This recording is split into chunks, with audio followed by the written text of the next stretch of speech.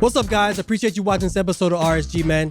If you may not know, we have just started our Discord channel, man.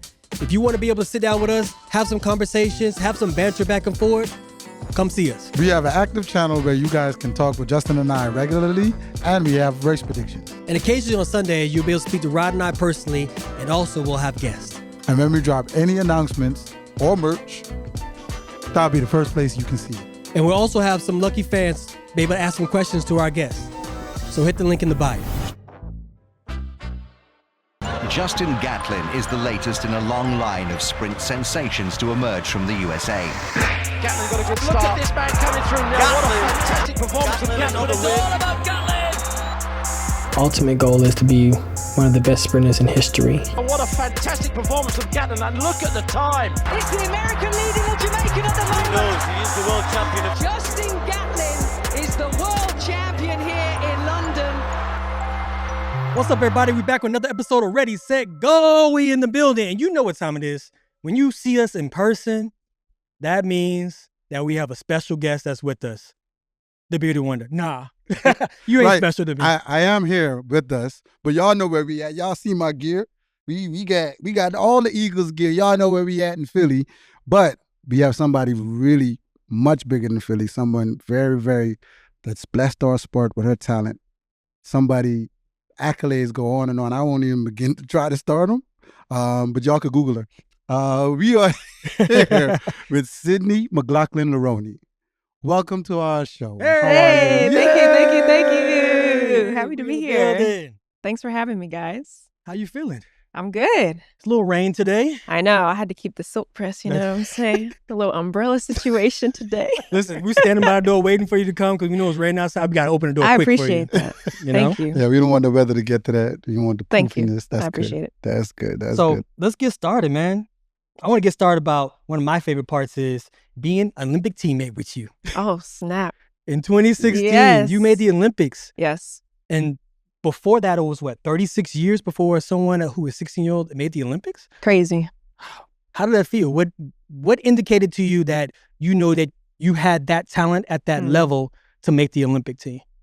Honestly, I didn't, to be honest with you. That whole year was, I was a junior in high school, so obviously you're focused on all your junior meets and all those kinds of things.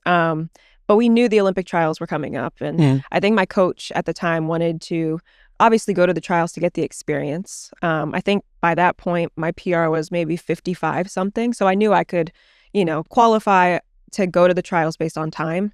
But yeah, man, I just remember that final at the Olympic trials and coming around the last turn, and I was like, I think there's 3 of us tied for third right now. And just giving it everything I had. And when I crossed the line, I was like, what just happened? I literally watched that race 2 days ago of all y'all coming off that last bend into the straightaway. Yeah. Besides thinking of you all are tied for third. Yeah. What pushed you to keep going and run even faster over the last series of hurdles? Man, I think there's just a natural desire to want to be the best I can be. And I knew Dahlilah was far out there. She ran 52.8 that day. But I just remember, wanting to compete with the best and knowing listen, I'm the high schooler amongst grown women right now, but I'm going to give it everything I have. And ultimately that day I had nothing to lose. And so it really was just laying it all on the line and seeing what I could do. You was playing with house money. Yeah. It was just for fun. Yeah. You know what I mean? Yeah. I was like, worst comes to worst, I went to the Olympic trials and I got the experience and then I go back to high school, Going up into that moment, right? You had a whole lot of high school experiences. Mm-hmm. What would you say the high school experience that shaped you to that moment when you knew I'm very different from a lot of the kids I'm competing against? Yeah. I'm set apart. Yeah. What developed your competitive mindset that would take you there to the trials? I think strictly talking about high school, the first meet I ran in indoors was a 300, and I won the trial race, and then we got to the finals, and I remember racing a couple seniors and winning and breaking the state record, and I was a freshman, and I was like, okay, I think there's something here. you run AAU and you're like, yeah, you know, your kid's fast, but like seeing it materialize and continue to grow, going into high school, I was like, I think this is something like I could really do, if I trained for it and really pursued it. Were you like, oh, this is easier than I thought it was going to be?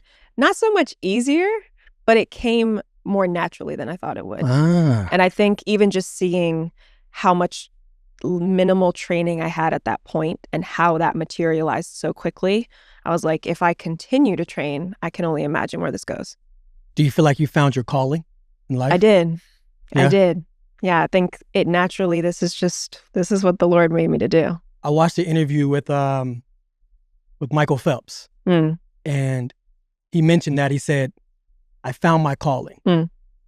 Mentally, physically, I'm supposed to be a swimmer. Right. I'm not supposed to be anything else but a swimmer. Right. So do you feel like that's how it is for you with the running? 100%. Yeah. Yeah. I pursued so many things growing up, different sports, dance, art, all kinds of things. I thought I wanted to be a photographer professionally, but I think track was just the one thing where I felt the most at peace. What kind of photos are you going to take? Photography? I wanted to be a sports photographer, to be honest. Yeah.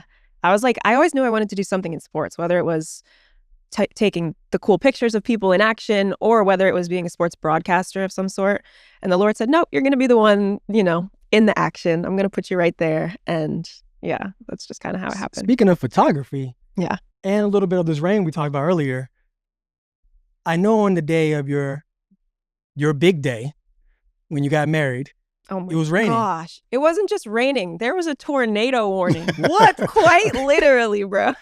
Everything that probably could have gone different than how I had envisioned our wedding day happened. But I think that was just very humbling. And the pictures turned out beautiful. So. I like how you phrased that. Yeah. It didn't go wrong. No, it just didn't go how I had planned it for planned 20-something years. That's good. That's really good. I'm glad that you said like God put you here to do this. I posted something lately on my Instagram and it says that the thing that you should be doing in life is the thing that comes easiest. So to hear you say what you just said, you was like, oh yeah, I broke the state record as a freshman. It came pretty easy. Guess that's what I should be doing. Absolutely. Which turns out to be really great for you. We get this all the time. Sometimes we have parents that come with some of the people. What side would you say the athleticism comes from? This is probably going to cause a little bit of problems in your family. Dad may claim a little bit more. Mom may be like, hey, she got that from me. Who would you say, what side may be more of the dominant athletic side? I'm not trying to cause no issues at home right now. We're in Philly, so we're too close to Jersey for me to say something crazy. Somebody might drive down. But I think, honestly, the speed is from my dad, but the stamina is from my mom. Like, my dad was a 400, 200 sprinter. My mom ran the 8. So I think it really was a perfect mixture of 400 hurdles. You got that speed, you got that sprint ballistic, but you also have that stamina to jump over 10 barriers while you're doing it. So I'm not going to pick one or the other.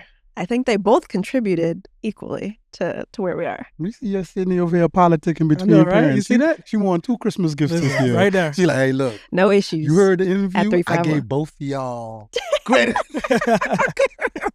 Congratulations to both of y'all. Congratulations. To both of you. You made me. Love you guys.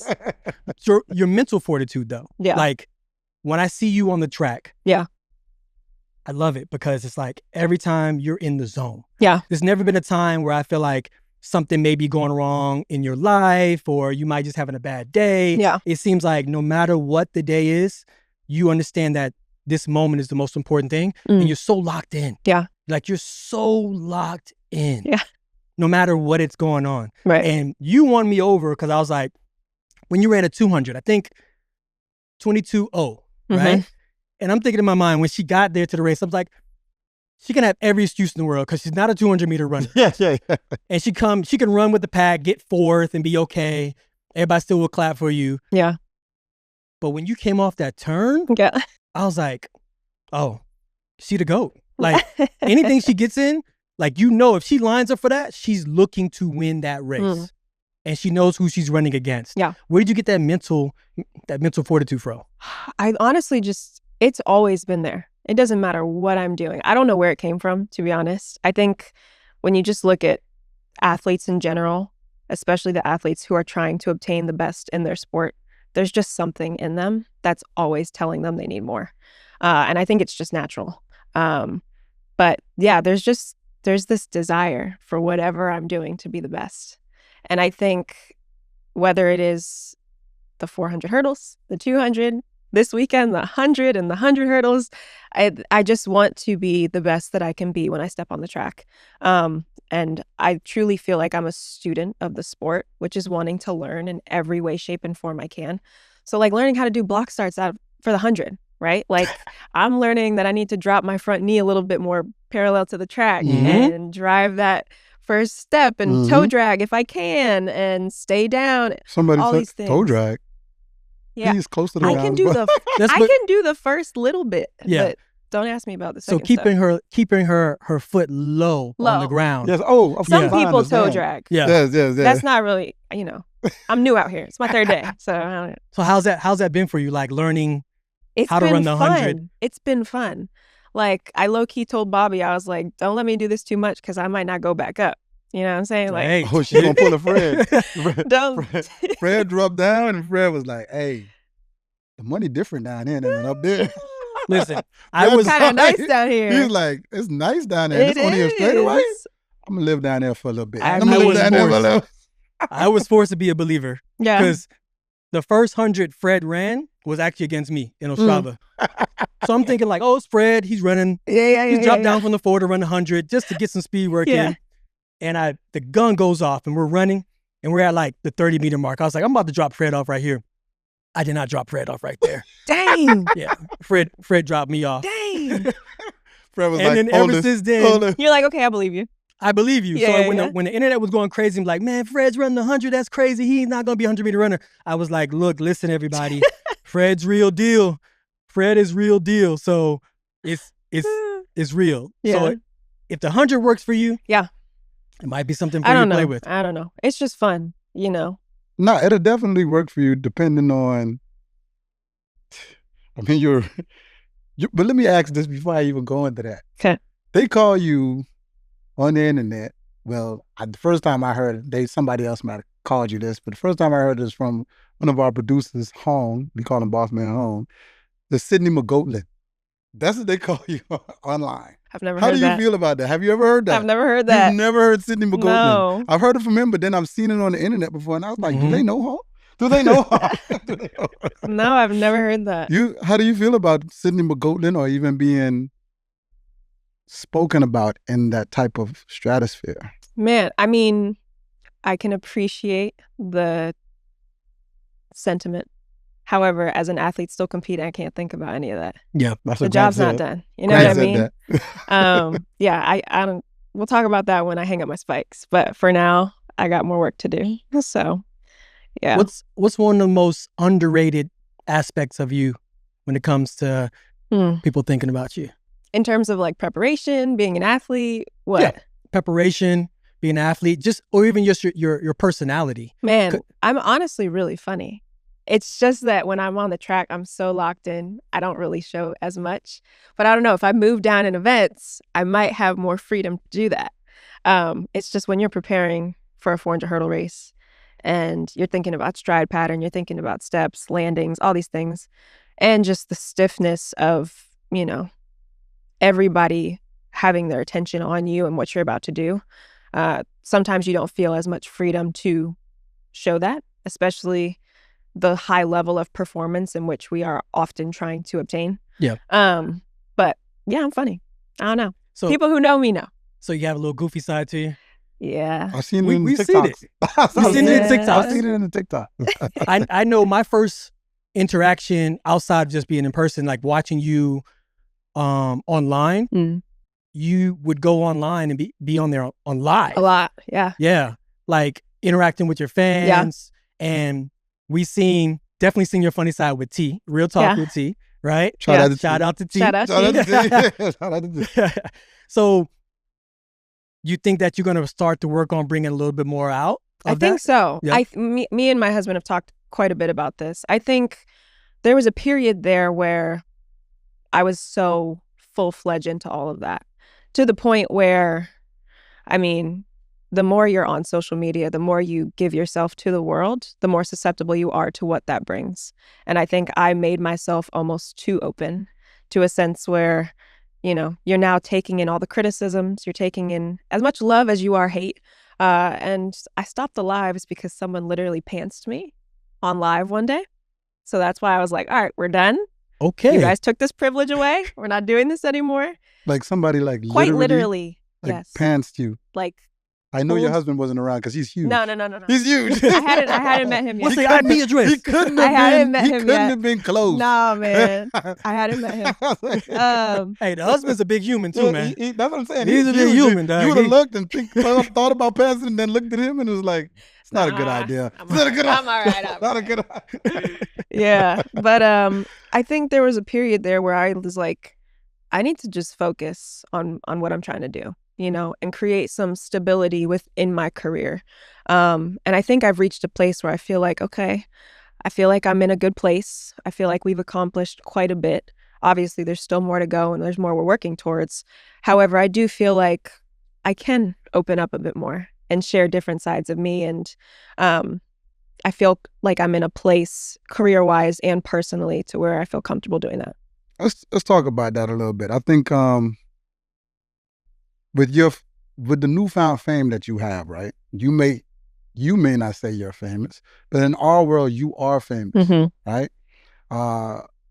You can't monitor how fame happens for everyone. For sure. Fame happens very differently, in Yeah. which you had to show as you grew as an athlete, got more viewers. Yeah. Things you start to look at, the positive and the negatives of what your fame brought. How have you handled that, and how have your faith helped you handle and manage that? It's a great question. I think in the beginning of my career, and this is kind of before, you know, my faith came into the picture, I wanted all of it. I wanted all the attention, all the fame, all the money, all the things. I was feeding off of that. That was my source of life, to be honest. That's why I was so big into the social media, so big into getting dressed up and taking all the pictures and, you know, like just wanting to feel that validation from people. That was where I got my peace. And then, of course, being on the track, you know. But at the end of the day, whether it's social media, whether it's track and field, whether it's money, whether it's relationships, those things will never satisfy you. And they're always changing. And I think to have that be my foundation was constantly why I was so anxious all the time, because I was placing my hope in things that were constantly shifting and ultimately were not made to be my ultimate source of peace.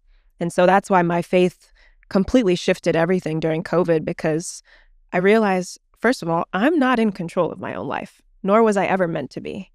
And to have things like track and field or relationships or status be my source was, first of all, stealing the glory from God, and second of all, a misconception of what was Lord, right?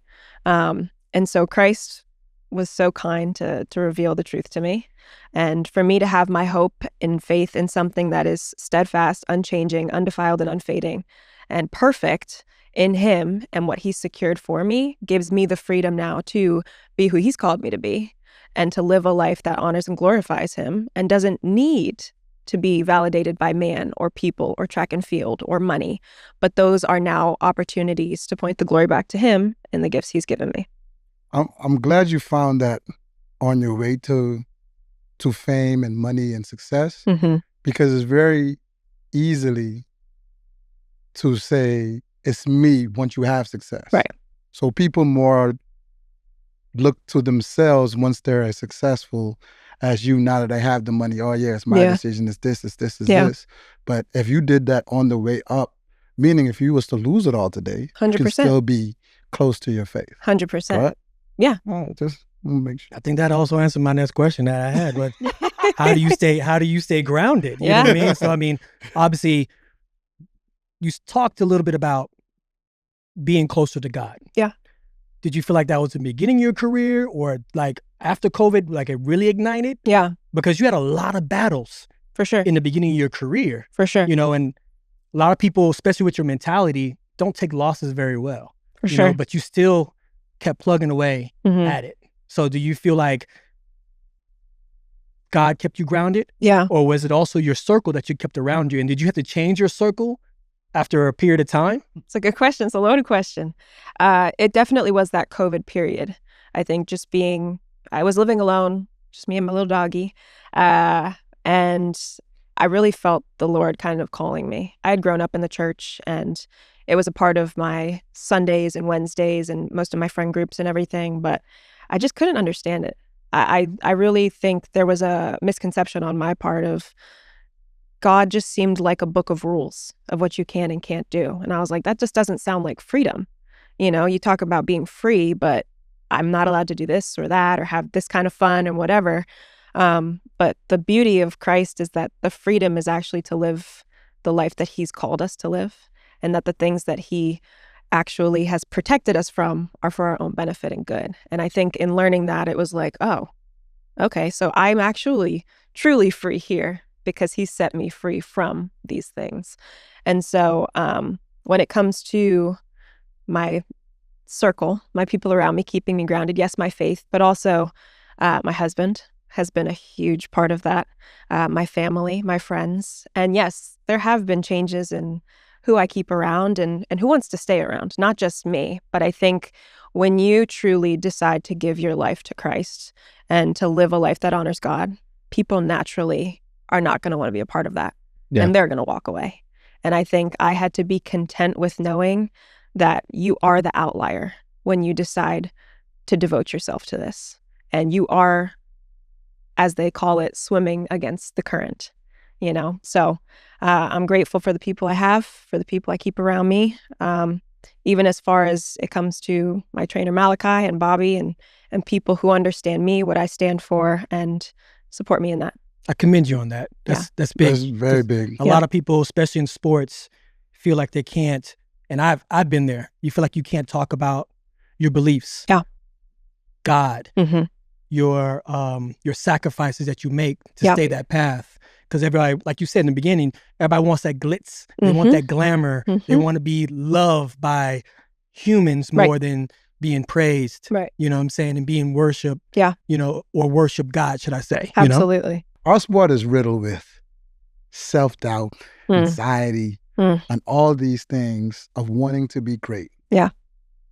Us speak about, because people see you ultimately as the most successful part right now. Right. They don't think, oh, have you ever had self-doubt?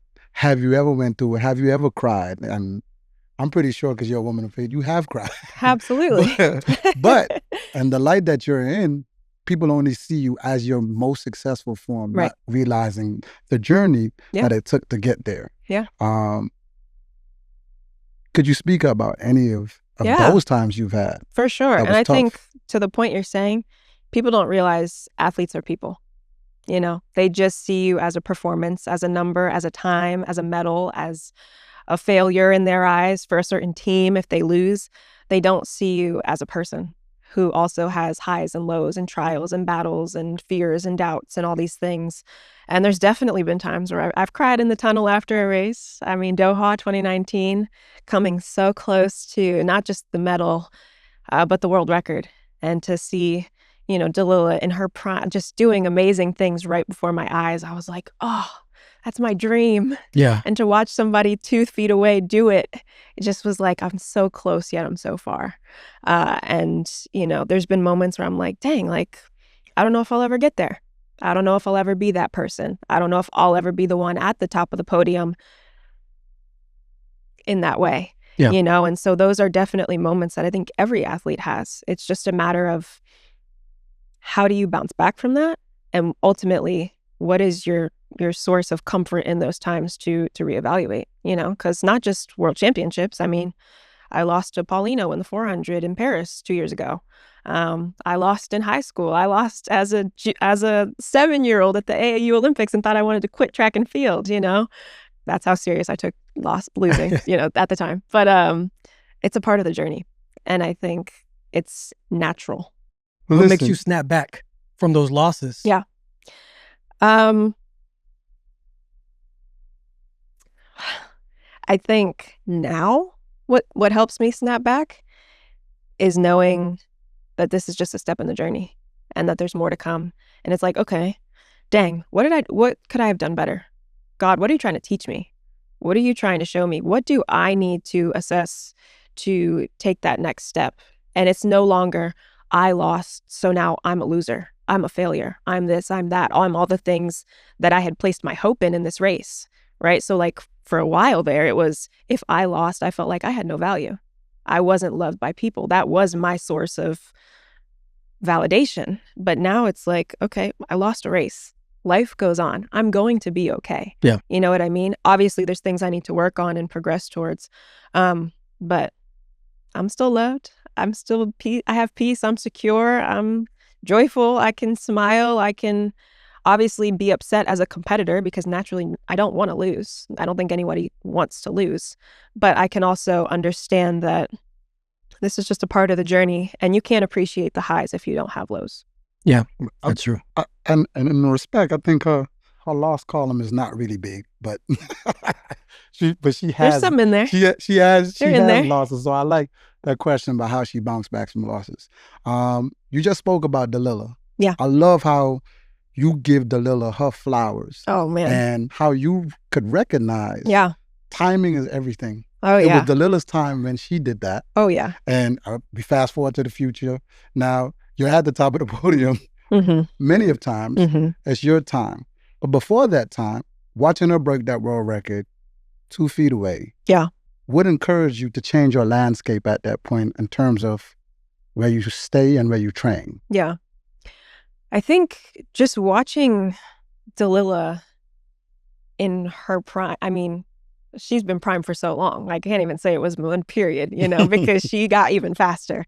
But just seeing her work ethic and that she just felt like she had a fit with Boogie and it worked. And they knew each other and they knew each other well. And I was like, man, like, I just feel like I need to grow in my understanding of the 400 hurdles.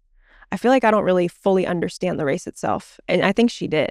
And she did it very, very well. I tell Dre she's probably the most technical 400 hurdler I've ever seen. Technically sound, amazing hurdler, understood the race. And I think I just needed to understand my event.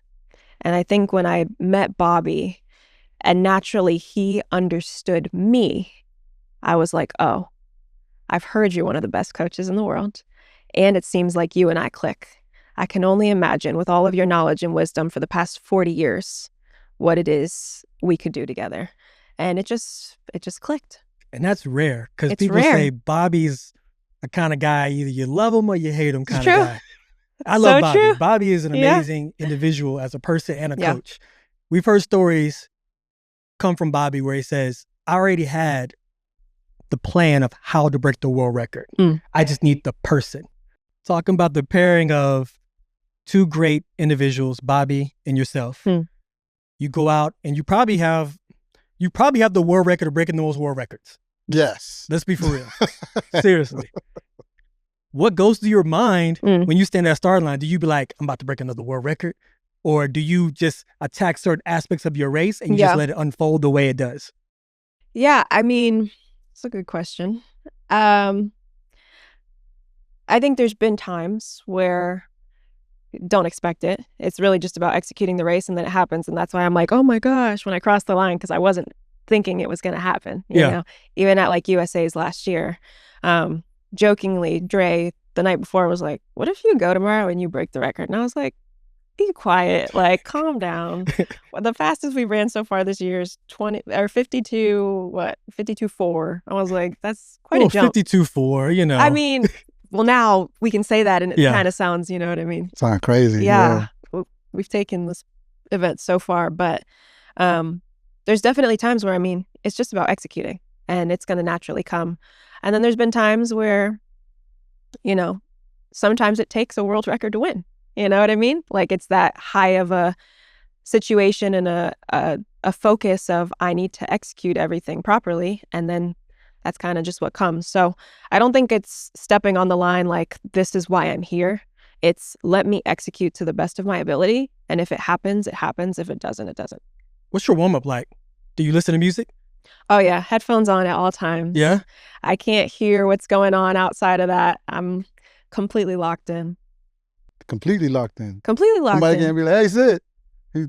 It almost frustrates. If I Hit have them to with the take my finger. headphones off, it actually frustrates me. Yeah? Yeah. Which, like, I think the people around me have kind of learned, like, okay, like, leave her alone.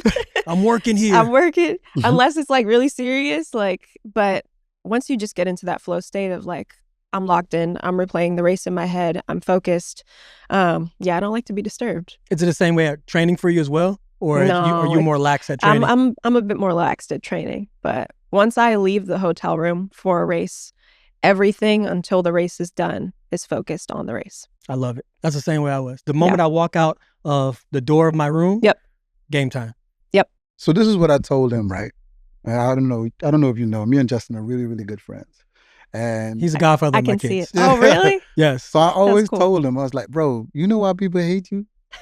Because you don't got no persona, bro. You look so mean all the time. But if you watch our show now, you will see the comments where you're like, if I knew he was this likable, I would have loved him while he was running. Funny. So I think it's very important for you, Yeah. especially now, to create Yeah, your yeah. persona off the track. For sure. That is great For because sure. that is work. Yeah. But people, like I said, to where you can't control fame, people just want to connect and say. Yeah. So now when they see him now, they're like, oh, Justin. Yeah. Before it was like, Justin.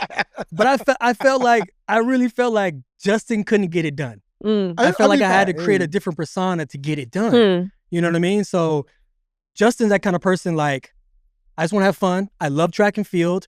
I respect my competitors. Yeah. If they go out and run fast, congratulations to them. Right. But I had to create a persona, especially within the 100 meters, which is 9 seconds. You about to find out. You know? You got to have Help me, Lord. add a little more spice to it. You know what I mean? Yeah. For sure. I think I agree. I don't think you're going to see me doing a whole bunch of stuff before I step in the blocks for the 400 hurdles or even the 400 or the 200. But maybe the 100, maybe long jump, Bobby. There could be a little bit more personality for sure. Yeah. Speaking about those other events, right? The 100, they say it's going to be your debut. You've ran 100 before, and your personal best isn't too shabby. It was wind dated, but yeah, it's cool. It's cool. A little windy. What Brooks used to say? If your body can do it, you can do it. This is true, and every time he said that, it's come to pass. Like if you ran a windy 9.7, 9.7 came to pass. He got the record for most 9.7s in a year. So I mean, so it definitely can come to pass. You're dropping into a event, and we don't know what this could mean for you. Yeah. But this event is very fierce. Oh, As 100%. you can see, Justin said that it's a very fierce event to where ain't that much of people trying to be as light as possible. It's more so how you lock in and how you execute, because now everything's condensed. Right. You have 400 meter hurdles to think about steps, think about hurdling and everything like that. That's anywhere from 50 seconds to 52. You only got 10. Yeah. You only got 10. Yeah. How are you preparing to handle that 10 to 11 seconds within that condensed amount of time of learning that event? It's a great question. Yeah, we only had 3 weeks to prepare for this one. So, I mean, I would have to just give myself grace for whatever happens this weekend. But it really is focusing on you. You know what I mean? Whether it's like the short hurdles and understanding most women are going to take 8 steps to the first. I'm taking 7. So I can't go off your start because I'm going to mess up my steps. I really need to stay long coming out the blocks. Or whether it's even my start for the 100, just making sure I don't have to be the first out the blocks, but I need to be with you, right? And if I focus on my drive face and coming up and staying relaxed, I know my top end speed can hang with the best. Yeah. So it's really just focusing on myself. And it's a fierce event. It's a fierce just time for the short hurdles. Oh my God. I mean, I'm like, Bobby, are we good? Like, are we gonna be okay? You know what I mean? But like, that's the challenge. And that's what I love is like the best of the best. I want to see how I can do. you know? And all respect, like I want to be with the fastest. And I think part of it, the joy for me is I want to walk away from track and field having the best like score sheet I can in terms of every event that I've run. So I'm like, how can I get my 100 time faster? How can I get my 100 hurdle time faster? My 200, my 400, my 400 hurdles, my long jump. It's like the hep without the hep. You know what I mean? Yeah. Like to me, that's fun. Being able to retire and be like, dude, we didn't zone in on everything, but if we did, I could just imagine where it could have gone. I can imagine all the conversations that are going to be had around the world about who is the greatest athlete of all time. They're going to be like, Sydney did this in a long jump, the 100, the 110s, the 400 hurdles. They just brought in the 300 hurdles, so she's going to jump back into that. Sheesh. I mean, that's just fun. Yeah. You know what I mean? And like, I love the 400 hurdles. That's like, it's my baby. But at the same time, like being able to show that I'm a diverse athlete, that to me is enjoyable. You spoke a lot about a lot of the other events, and one event we know you are chasing to break the American record in the 400 flat. How important is that to you? We've seen the person who has the record wants you to break it. Yeah. Tanya. He's like, Yeah. Which is so crazy. How do you handle that encouragement and trying to get there to break the American record for the 400 meters? Man, I mean, like I said, the records come when they come. And I think for us, we're working to get faster in the 400, we're working to get faster in the hurdles, but I think just the timing hasn't been right. There's always been something off, whether it's the weather or even just a little bit of training for us. It just hasn't been the right situation. And I think it's just being patient, you know? It'll come when it comes. I don't know if somebody gets there first and then it's like, all right, now we got to work a little bit harder to get there. But just trusting and being patient with it. You know, I think the 400 is a completely new thing because I'm so used to the hurdle cadence and just the strides and understanding where I'm at the track that it's just different without it. And so I'm just learning day by day to run the 400. Do you, when you're in your 400 meter hurdle races, are you counting your steps as you go over the hurdles? No, it's more of a feeling. I just know if I'm going to be on or not. But it is one of those things when you start to get super fatigued on 8, 9, and 10, you're paying a little bit more attention for sure. Let me speak about the landscape of our kids today. You being a child prodigy coming up, right? There wasn't many of you. In 2025, we've seen more than probably 18 child prodigies. Oh, my word. Do you think, and this is based off your life, do you think you doing 1 year of college and not going pro straight out of high school, because you could have done it? Yeah. Did that help you in you getting to this point? And I think it'll help a lot of kids and parents. How did you navigate, you and your parents navigate going to college and then going pro? Went into that. I know that's kind of loaded. Yeah. It's a great I think question. it helps parents and kids. It's a great question. I think to your first point of child prodigies, because the times we're seeing right now are kind of scary. Yeah. I think a prodigy is a naturally gifted person from a very young age. I do think nowadays we have very young athletes training almost at a pro level. And that's what scares me, is letting kids and young teens develop naturally as opposed to almost like stunting their growth by having them train like they're about to run 9.8 in the 100. Yes. You know, which, I mean, we can't say who's who for sure, but I do think it is crazy the amount of really fast times we're seeing. I think what I loved about how my parents developed me was they let me be a kid. They let me grow up naturally. I trained in high school, but I didn't train super, super hard. And college was the first time I felt like I really was like, oh, this is what it's like to train. And I think my body was ready for it. And I think that's the biggest thing, is like I was ready to take on the weight of that. That decision to go to college was mainly influenced by my mom, which I really appreciated. I think she just wanted me to have that experience. I appreciated it because when you go pro, that team aspect is gone. Yeah. the resources are on you. Whether it's a trainer, whether it's recovery, whether it's a weight coach, whether it's your main coach, most of those things, if you're not training on a college campus, are on you. And so to be able to go to college, to get that team experience, to live in a dorm room, to be away from my parents, to have that time, to just like be 18, 19, learning what it's like to do laundry, to manage my finances to a degree, of like, hey, Mom, I need a little more money. I didn't manage well this week, but like, it was good for me. It was healthy. And I appreciated it, even if it was just for 1 year, to be able to say, like, I went to college, And there's been athletes who have gone to college and maybe did a year or two and then left, but it's like, it was a part of the journey. It was a step I needed. And I think it also helped me realize, okay, this is what it's like to train at this high level. Now, where is the right place for me to do that? And college gave me that opportunity to see that. What made you pick the college you went to? It's a good question. Honestly, when I did my visit to Kentucky, and you got Omar McLeod, Kenny Harrison, Jasmine Camacho Quinn, all training under one roof. Bangers of all Some of the medalists. best hurdlers in the world. The quality of athleticism that was there. You're like, clearly the hurdles are doing something here, She said Omar, gold medalist. Kenny Jasmine, was the world record holder at the time. Yep. Kenny was the world record. Quinn. Yeah. Corey Carter. I would definitely go. I totally forgot. Yeah. Kentucky was popping. It was popping. That's going to be on we're going to talk about the one of the episodes, man. Yeah.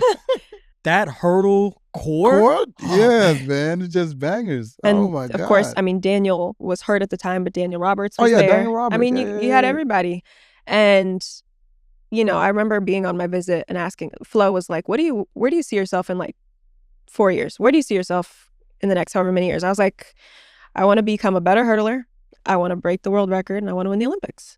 And he was like, well, if you want to train with the best, this is the place to do it. And I just remember being like, I'm sold. Yeah. I want to be around the best if I want to be the best. And it was a great experience just being around so many talented athletes for that 1 year.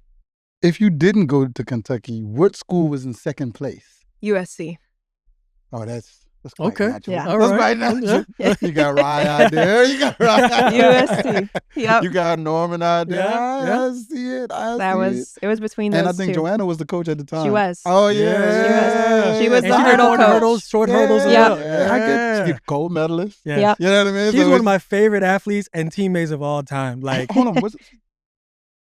yeah. Oh, yeah. So, yeah. Yeah. I get it. Yeah. I won't even ask who was in third place. It doesn't even matter. It was between Texas and Florida. Like, I think it was the Gators? Florida. Yeah. You would have been a Gator.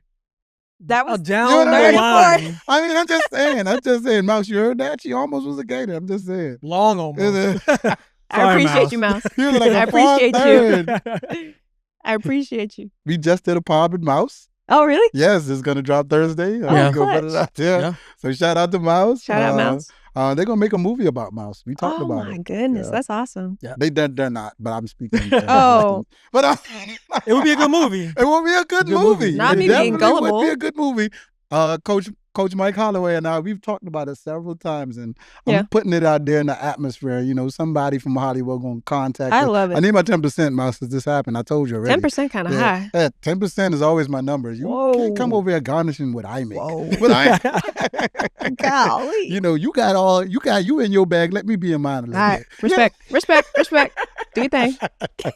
So you go through your career Mm-hmm. and then you meet this amazing individual named Andre. Mm. Becomes your husband, Mm. right? They call him the Black Thor. That's what they say. I think Not Black Captain America. Black Thor. Oh, maybe that he might be your Captain America. Only you could call him that. I'm not calling him that. Yeah, don't I'm call not him. calling- Pause. So how has his presence in your life and vice versa Yeah. influenced you to be a better athlete, Oh, better man. person, and how have you poured into him as well? I really feel like the Lord knew what he was doing when he brought the two of us together. I remember praying like, Lord, I really want to marry someone who's been a professional athlete so they understand what my career is, what my life is, what I'm going through. A man of God. He not bad to look at, you know what I'm saying? But also just, I mean, his character complements me so well. And it's truly made the difference in, I think, my career, just in terms of how I handle so many situations. There's just so much wisdom that he brings to everything, and a maturity that I think him being a few years older than me and, being able to pour in has helped me grow as a person. And so it's truly made the difference. Everybody loves him. Like, I almost feel like he's the lovable one. And everyone's like, oh my gosh, he's so great. And I think it, by virtue, makes people be like, oh, she's cool too. Okay. But yeah, it's been a blessing, being able to go to the Olympics and have somebody, when you're restless and you're anxious and you're overwhelmed, who's like speaking the truth to you and calming you down and bringing you back to reality. And then when you have those high moments, is like, whoa, calm down. You're still a person. Like, let's be real. It's been my biggest blessing. And I think vice versa, he's in seminary right now. So being able to support where I can in that. And then, hopefully when he goes into ministry one day and my spikes are hung up, being able to support him there. First lady. The first lady. Not the Levrone. first lady. First lady. First lady Levrone. Oh, Lord. Yeah, That's a good segue. That's a good right there. I'm pretty sure he won't mind. Oh, gosh. Got the big Sunday hat on. Oh, man. Sitting on the front pew. white one. Sitting on the front Easter pew. Sunday? Yeah. Yeah. That's a good transition right She's there. gonna be like, I want all the ladies to have a hat of color. Hat of color. Oh, my gosh. Anyways. And I like that. We've seen a whole lot of plethora of, and you guys been married how long? 3 years. 3 years. And I think this year we probably have seen the most marriages take flight. You being 3 years in now, we would say you guys are in like right at the end of marital bliss. How would you help the new married couples navigate going through the next few years, especially because we have a lot of high profile people getting married in our sport, very high profile in our sport. How would you help them navigate, based on what you've gone through in your marriage, navigate through the next few championships with their spouses? It's a wonderful question. I think it's 2 parts. The first is keeping God at the center. I think for us, that being our almost referee, it's not who's right, it's what's right. And that's the Bible. So that's helped quite a bit when you have disagreements and difference in preferences and all these kinds of things. It's bringing it back to what's true. And then the second, I would say, is communication. Being able to communicate honestly and openly and frequently with one another, and that becoming a normal. I think communication is almost like a lost art form these days between people, especially in like such a technological world and a world where you can kind of just like recluse and go into your own little bubble. I've had to learn quite a bit that my communication needs to improve, and I'm grateful that I have a gracious spouse to do that with. But it just makes life better when you can have that freedom to express and dialogue and be on the same page. Because at the end of the day, my husband always says, we're not fighting against each other, we're teammates.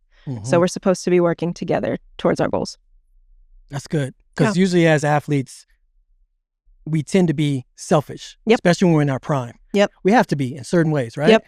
So to have that opportunity to know that you found your person, and you had to seize the moment and capitalize it, speaks volumes. Absolutely. And it made you a better athlete, a better person, gave you a better quality of life. Amen. At this point in your career, you've achieved so much, right?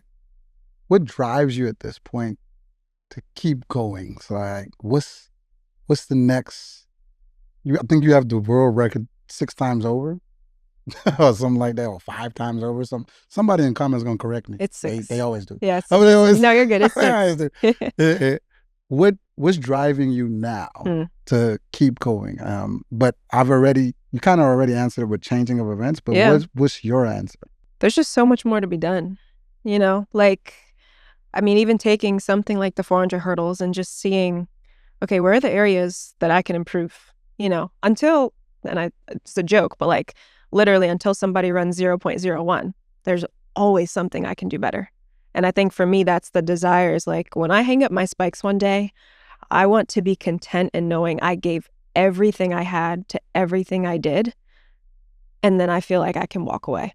And so that's the driver is like, okay, how I performed a month ago is cool. But like, what about today? What about now? What about this next moment? What about this next event? And so, yeah, there's something that just wakes me up in the middle of the night and is like, we got to get to work. How will you know when you're done? Here's the thing. Running in general, I started when I was 6. So it's been almost 20 years of running. Professional, this is year 7. So like, it's been good so far. It's been hefty. And we've accomplished quite a bit. I think there's still more to be done, but I do feel like track and field is not everything for me. And I think the more time that passes, the more content I am with what the Lord's allowed us to do. And I think, I'm going to continue to strive and work until the day I do hang up my spikes. But there is an end point. I don't think I'm one of the athletes where you're going to have to be like, dude, it's time for you. I think I'm going to know for myself. And yeah, it's just a matter of enjoying these moments while I have them. I think that's where I'm at is like, I want to enjoy the rest of my career, right? Like the front has been so fulfilling. It's been beautiful. We've accomplished some great things.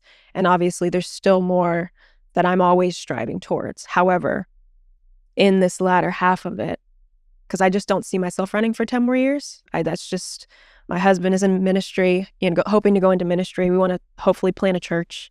We want to start a family. I want to be a mom. I want to, have another life outside of track and field. That like, I'm like, okay, then I need to enjoy this time, what I have left, however long that may be, 1, 2, 3, 4, 5, 6, however many years left. But I want to appreciate it while I can and not as I get close and I'm like, wait, I was so focused on all these things. I didn't stop to smell the roses along the way and enjoy it, I have to say that you're definitely having a fairy tale career because usually, and I'm speaking about almost any sport, athletes don't know what the end looks like for them. Right. They don't get a chance to dictate or create what their ending looks like. Right. We all think that we're all going to ride into the sunset. It's true. Right? It's very true. And sometimes a lot of athletes don't get that opportunity to do so. Yep. Your career has been amazing thus far, right? Yeah. And now you're having fun with it as well. Yeah. That combination that you're bringing to the table, hats off to you. Yeah. Thank you. Amazing. Hats off. My husband was one of those athletes who did not get the chance to ride off into the sunset. He thought football was going to continue, and unfortunately, due to some injuries, he was not able to continue the way he wanted to in the NFL. And it came to an abrupt stop for him, and it was like, what now? And so I appreciate even his perspective for me when there's times where I'm like, another day of running 400, Bobby, really? Like, we're doing this again? And he's like, man, I would give anything to be on the field again. I would give anything to be healthy and to be back with the guys in the locker room. And just like the perspective of even my dad, like you could be working behind a desk 9 to 5 every single day for 40 years like me. Enjoy this. You get to live your dream. And so enjoying it while I can and realizing the gift that I have to be able to travel around the world and get paid to run. Like, are you kidding me? Yeah. Like I don't want to take that for granted because it will come to an end and I'll be looking back like, dang, I remember all those times we were in Philly, about around the 100 hurdles in the 100, and I don't know what's going to happen, but, it's really a gift to be able to do it. I always explain to athletes, perspective is everything. Yeah. And for Andre, he may say that, but riding off into the sunset, he's already done. If you look at the internet, I don't know if he knows by him marrying you and cultivating a life with you, a lot of other men will look at that as riding into the sunset based on perspective. You know what I mean? For sure. So the life you have and the life you possibly may think you may want, it's just based on how you frame your mind to where you're going. Absolutely. Him being and school and finishing and planning the church and all of that would probably be the greatest thing he ever did. Yeah. Better than any touchdown, him having children, when you guys have kids, because I have kids, he have kids, would be the greatest thing you ever done. And I can't explain it because when it happens for you, you will understand everything I just said with newfound life. Now, coming to the end, I realized, not the end of the episode, but the end of your career, how you held the crown in Paris, you should like hold like a little pastor's hat and we'll know you'll be done. like this first lady as you come across the line, then we'll know. Oh my gosh. We'll know. Can we make that up? Drace is be at the front of the row and then throw you a first lady's hat. Like this, and then it just hits your head like that. Boom. Be like, Put it on. She's done. I'm waiting. If you know, you know, right? Okay. And then maybe we should pass the collection plate before we say the last prayer. Like, she's done. She's done. You know it. It's you time. Know it. You called it's it. time. You guys will be the first to tweet. There we go. But we're going to be the first members of the church. What are you talking about? Come on, guys. Come on through. I'm coming for a deacon spot. Let's go. Come on through. But what I always like to see and what I explain for him, for athletes like you, and I explain this to a lot of our like, we call them 1%ers in our sport, but top 1%ers. When it is your year to possibly be done, the fans would possibly like you to announce it, because I've met plenty of fans, and this last year I tried to tell them, whether you win or lose, do one more year. Yeah. Because some fans were like, when I was coaching them and you talk to some of them, they're like, oh, we heard Justin's going to be here. They spent their last bit of money to go to that meet to see him. Wow. Because they know they'll never see him again. Wow. He lives in the United States, and I'm talking, this is overseas. So when on the show I say, if it is Shelly Ann's last year, for her to announce it, because if she's going to Ostrava or if she's going to another meet, these people will spend... They want to see. Yeah. For the last time, it's like seeing your favorite performer like a Beyonce. You spend all your money to go see that person because that's what you enjoy, to take your family to see it so they could get a chance. So if you do... let your fans know. So win or lose, they know who you are. You've already had an amazing career. Yeah. And they just want to see you. It's a good point. They just want to be there with you. Absolutely. No matter how you place, they're your fans already. So it's true. If you do that for them, I'm pretty sure I'm speaking for a lot of fans. It's a good point. I didn't believe him. I didn't believe him. And we went to one of my last races, and literally the hotel was probably 350 meters away from the track. It took us an hour. It was 2. It was 2 hours. I was there. It took us 2 hours to get back from the track to the hotel. A sea of people. Like Mike, you would think it was Mike. He didn't even win. Wow. He didn't win the race. Wow. Sea of people. Paying respect. And he's like, wow. This is what made me like him as a friend also. I was like, hey man, we got to get back to the hotel. He's like, no, Rob, we're going to take all the time. These people ain't going to never see me again. So I'm going to take all the pictures. I'm going to sign all the autographs. He's like, this is what these people want. I'm going to give it to them. That's huge. We heard that you are a fan of our concept of shoe wars. I am a fan. Sponsors, if you're listening, I mean, an outside shoe sponsor, if you make it happen, Tag Hero, Rolex, Omega, you guys make this happen. Sydney says she would love to link up with her New Balance group and whoop. She didn't say what, but I'm saying she said that group she believes is the most talented against an Adidas group, against a Nike group of women. She thinks New Balance will handle their business if all the women are healthy. We would love to promote and get 10% for the shoe.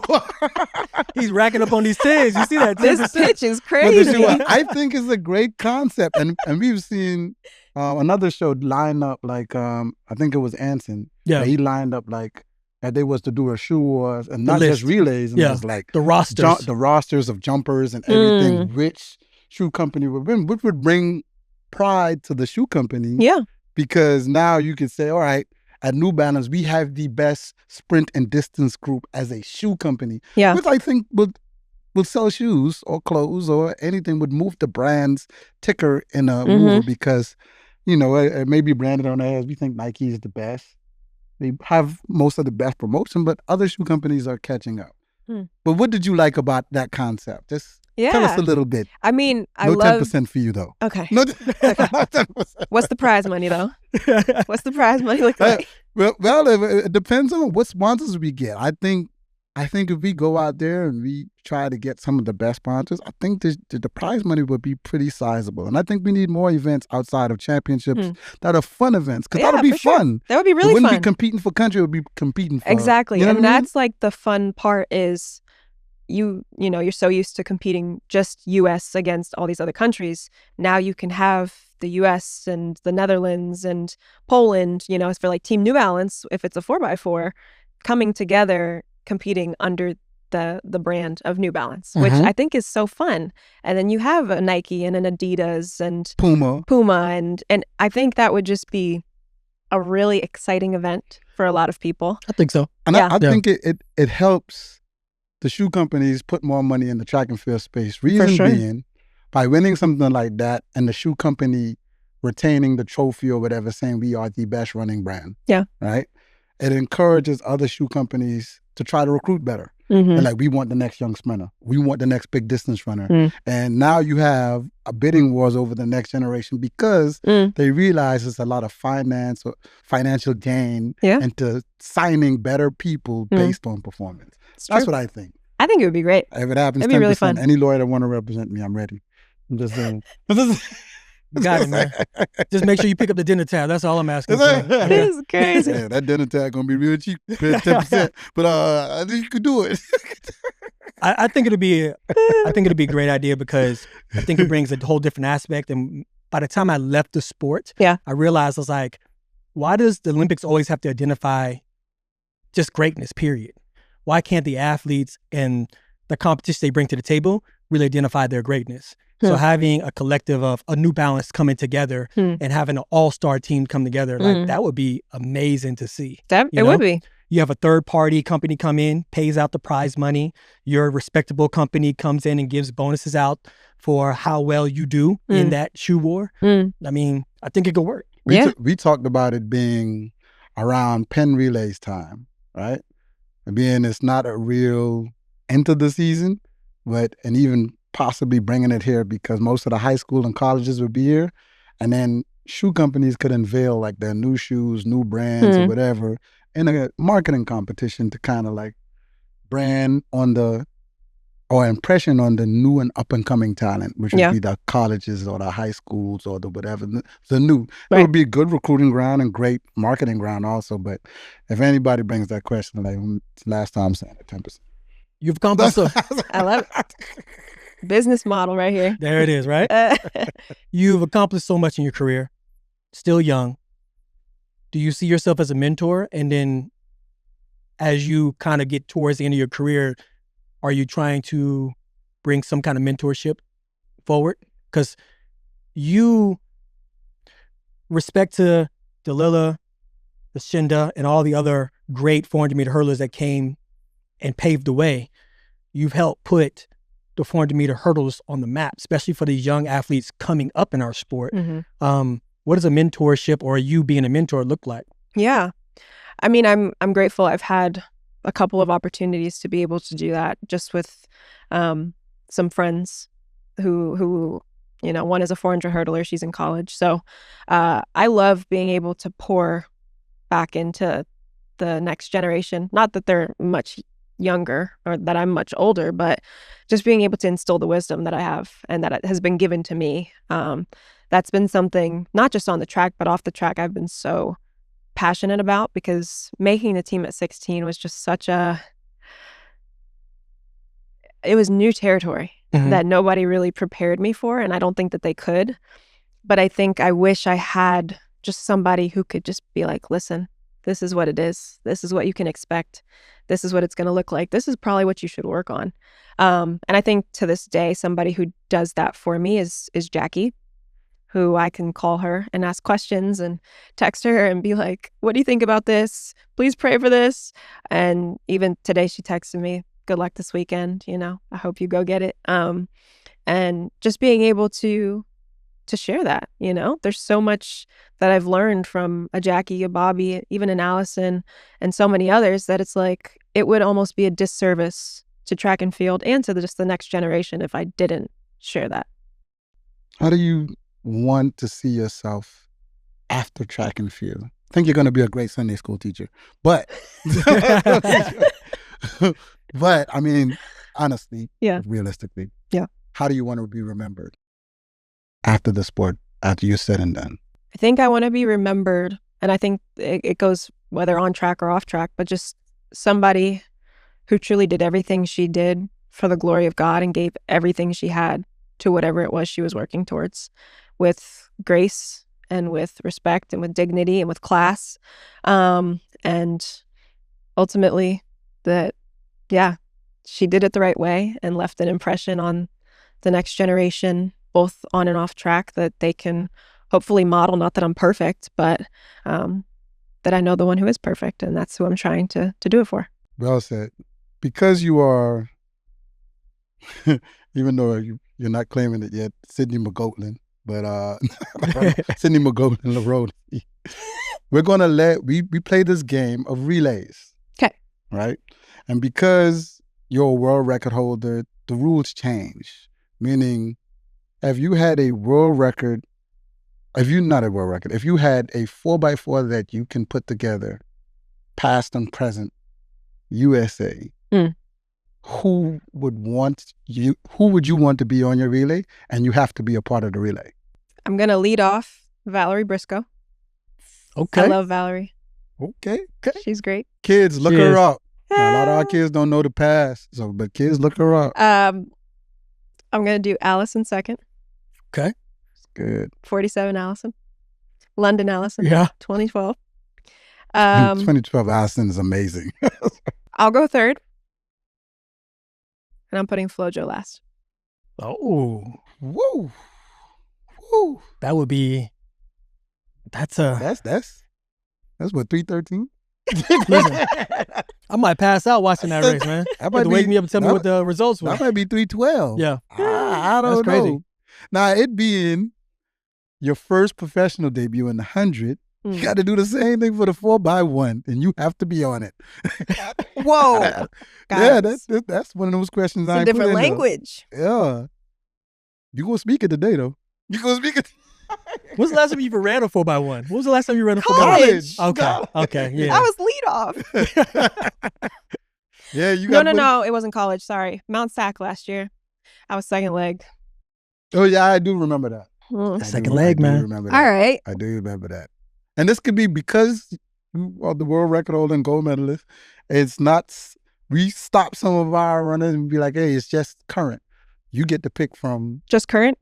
No, you can pick past, present. You could do both if you want, but you are held to a different set of rules. Tiana Bartoletta first. I'm second. On the backstretch? Evelyn Ashford third. Okay. Carmelita Jeter last. Oh. Jet. I like that. Jet, be coming to LA. That sounds like a 40 right there. What do you think the time would be? It depends if I can take the stick. Nah, you can take the stick. That's I feel like could be a possible new world record at 40-70. I would say that too. I was saying 40-72. 40-70. Let's go. That only because I know with you running 22-0, you getting the stick second on the fly is you're on the fly, so it doesn't matter. You're not at a dead stop. So you're at your greatest. Yeah. So Evelyn Ashford is probably one of the most underrated 100-meter sprint specialists of all time in our sport. She's not mentioned enough. Yeah. And then Jet at 10.6. And Tiana, the mercenary at the old man, I think it's a new world record. I think, I go with it. I roll with it. Let's go. Second leg always. I'm a second leg kind of guy, So that's my spot. But you got to start in everything. So it's like there's no immobiling you. When they see you on second leg, there's like, just hold on. Hold on. Just maintain. Whatever you do, when get it, just do whatever you can. Just do it. When I talk to everybody that competed on second leg, all of Mike faded them. They say the same thing. They like, if Gat's on second leg, bro, we got to go. If he's in the front, we got to count on third leg so somebody to bring it back. They just know. They respect you that much. So it's crazy. Speaking into existence, before you retire, you're going to be on a 4x1. Oh, we gonna get the 10% on that if because they're gonna break the world record. Dang, how You many know they pay percents he that. got now? He had 30. It's coming. Yeah, Because you spoke it. If it happens, legally we got it. We have it on camera. Yeah, we good. Okay. Y'all got y'all cut. Man, Sydney, it was amazing having you, man. Thanks for having me. You have any questions for Justin? Not me. For Justin? For Justin. Why not you? For Justin. Why not you? Yeah, what? You the bearded wonder. People wonder. Listen, he made that stick. And I look at him now like, bro, how did you make that stick? I talked to Trayvon earlier today, and Trayvon was just talking because we talked back and forth a little bit to understand. And he was like, yeah, man, I was talking to the bearded wonder. And he said, what's his real name? Not that being how you see it. I'm very proud of myself. I feel like you guys need t-shirts. And they say it, I'm like, that bastard made a stick. I did not want that. It worked. It worked. That's crazy. It's like when he hears it now, he's like, I gave him that name. Well, it was amazing having you over, man. We thank you so much. Yeah, thank you guys. Being a part of RSG. This was an amazing interview. I had fun. Yeah, I don't know about me you. too. It was great. Yeah, He was always on my list to be on. Oh, Always thanks, cheering for you, guys. always rooting for you. I You're appreciate definitely it. on Hong's list, McLaughlin. Yeah, So he's the guy right there. listen, he thinks you could do anything. Anything. Thank you. He's like, listen, Sydney can make probably the best peanut butter jelly sandwich ever in life. Don't edit this out. Stop the cap. That's hilarious. But we want to say that you get an opportunity, you know what I'm saying? You can look at your camera and you can give a PSA to your fans, kids, or if you just want to give words of wisdom of any kind, or just where they can follow you or see you at, because they already know where they can. But the stage is yours. Okay. Well, I just want to say thank you so much to everybody who supports and follows me in my career. I appreciate you guys for your love, for your support. You can continue to catch me on the GST circuit. And please watch for USA's this year, getting ready to go to Tokyo. And I just hope all of you continue to strive for greatness, ultimately for the glory of God. And I'll see you next time. Amen to that. Hey, you guys, we at Grand Slam Track here in Philly. We have Discord at RSG. Please join us on Sundays. We usually post it on our page when we're going to have Discord. And we would like you guys to help us get to 100,000 subscribers. Thank you so much for joining us at RSG. Until next time on Ready, Set, Go! See, I do that well. I do that well. I like it. I like it.